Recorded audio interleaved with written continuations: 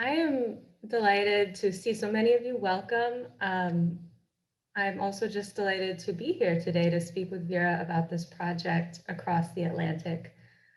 My name is Linnea West, and I'm going to be speaking with Vera today for about 35 minutes or so about this project overall.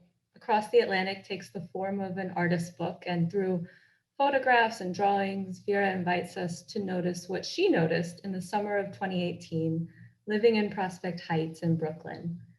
In shining a light lens on gentrification in the heart of Brooklyn, New York, it highlights ideas of inequality, cultural heritage, urban design, and community. I first met Vera and heard about this research project that summer of 2018.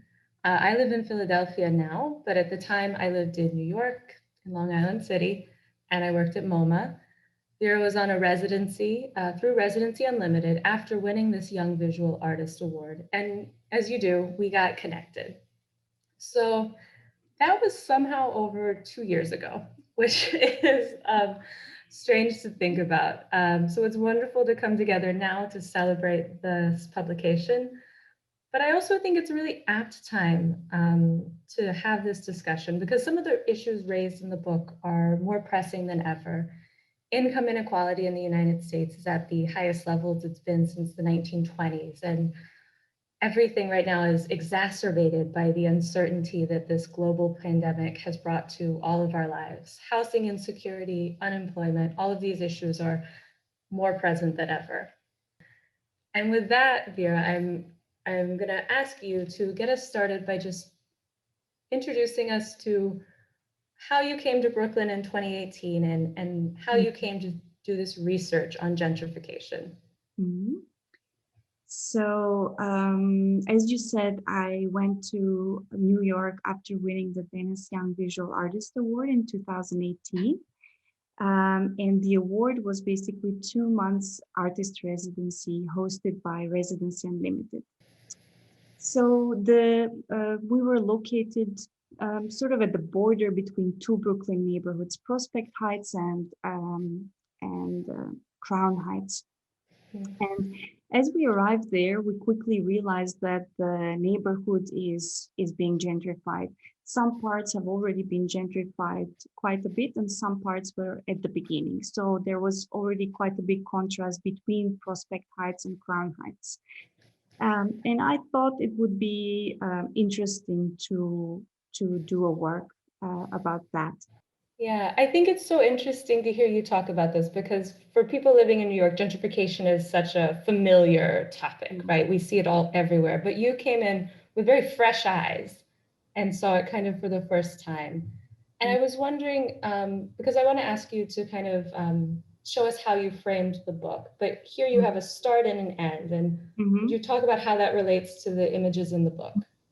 Yes, of course. I mean, the funny thing is when I arrived in Brooklyn and when I started telling people that I'm interested in gentrification, everyone just rolled their eyes. They're like, "Oh, this is so done already. Come on, you're a bit late to the conversation," or "Yeah, we're just so tired of gentrification." But I thought it's still interesting to contribute something to it.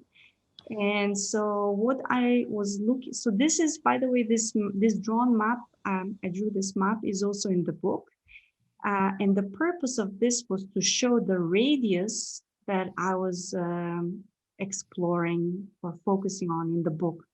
So while I lived somewhere in the middle, close to the Atlantic Avenue, I'm looking at a radius of 7 blocks, starting from the Barclays Center, which is the second largest indoor sports and entertainment arena, and ending with the 23rd Regiment Armory, largest homeless shelter for men in New York. Even just by citing the start and the end points, there's already such a contrast that you're setting up. And I know Yes. you have a couple images of spreads that you set up. One of the things that Vera does in this book is she puts together a pair of contrasting photographs with a map detail. So I wondered if you could show us a couple of those spreads. Yeah. So I mean, most of these images were taken as I was taking walks in and around my neighborhood. And so this is one of the pairs of images that is featured in the book. And it's also one of my favorite ones, not because the images are so special, but because of what they represent. So on the left side, there's a building called Second Atlantic Terminal, and it's a social housing building, something that Srđan Jovanović Weiss, who is also here with us tonight and contributed a text to the book, very aptly describes as projects or Section 8 building. I'm sure people in the US know what this means.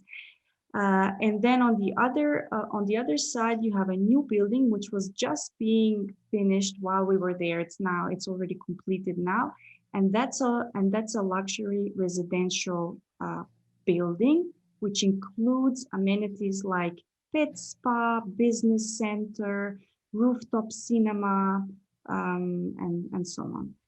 And I thought that this is just so absurd to have these two buildings that are so different right next to each other. I mean, they're literally separated by one small street.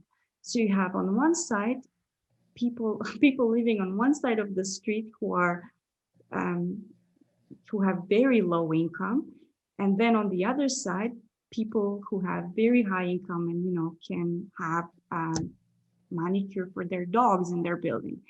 So the absurdity of that is kind of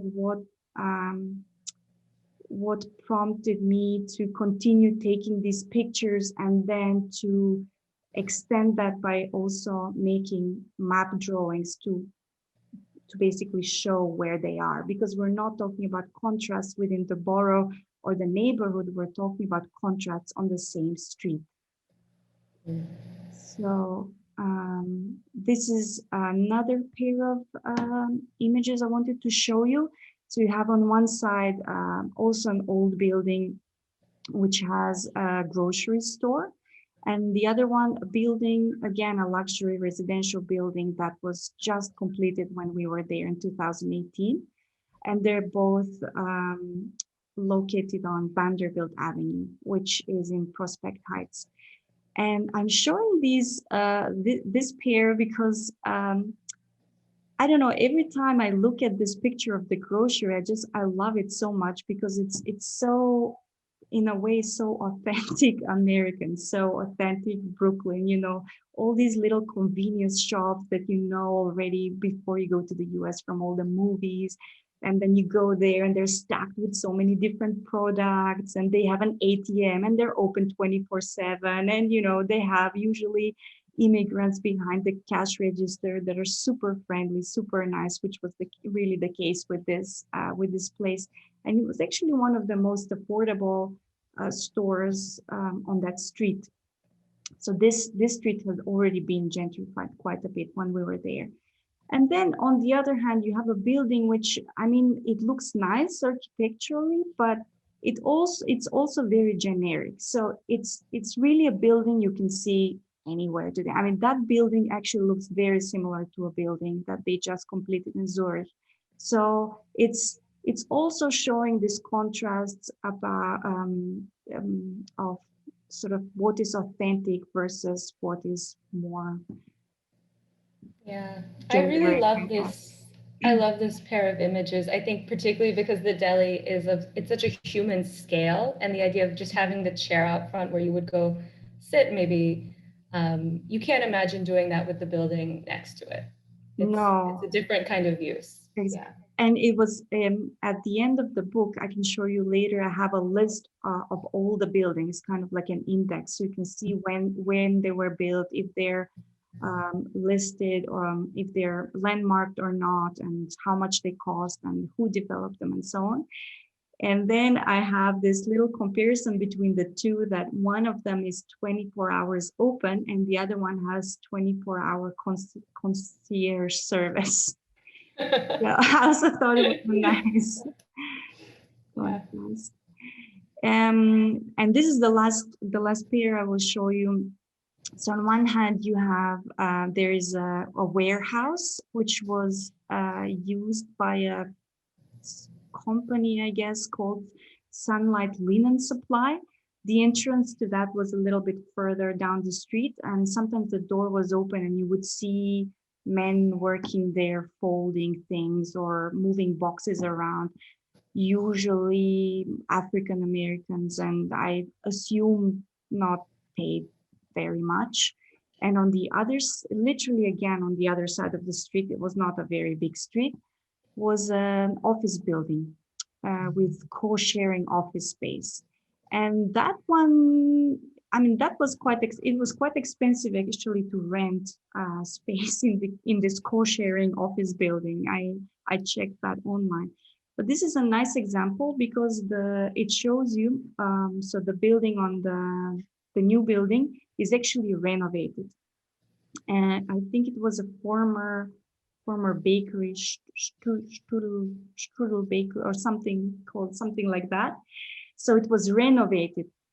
So you have here a case where an old building is renovated and it's, you know, preserved and I assume also nicely renovated, but again, it does not serve the needs of the local community. It serves someone else's needs and wishes. It's aimed at someone else and it attracts different crowds, so to say. So I'll just show you quickly. This is what the pictures look like in the book. So usually you have the picture of the old building on the left side, then a blue page. Then once the page is open, you get the whole overview of new building, old building, new building, and the map to see where they're located. And let me just do something quickly. Oh, great. We're going to see the book itself, which is quite fun. Yes. Yeah. There we go. I hope this works. That looks great. Yes. So here's the book. And I mean, what is nice is this blue color is very prominent in the book. It's kind of like a little thread. I wanted to make the metaphor with the Atlantic being the Atlantic Ocean that I had to cross to get there, and also Atlantic Avenue, which is the street where most of these buildings are located. So here is that index of building that I mentioned before.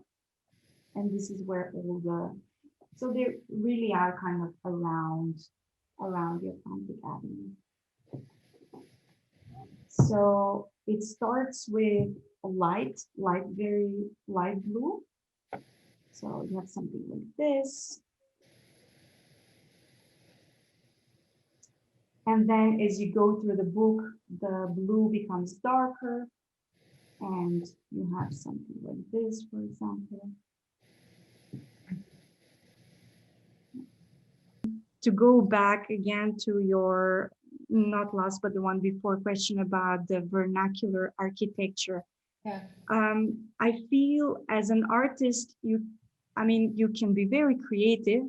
And I know we have much more freedom than architects, for example.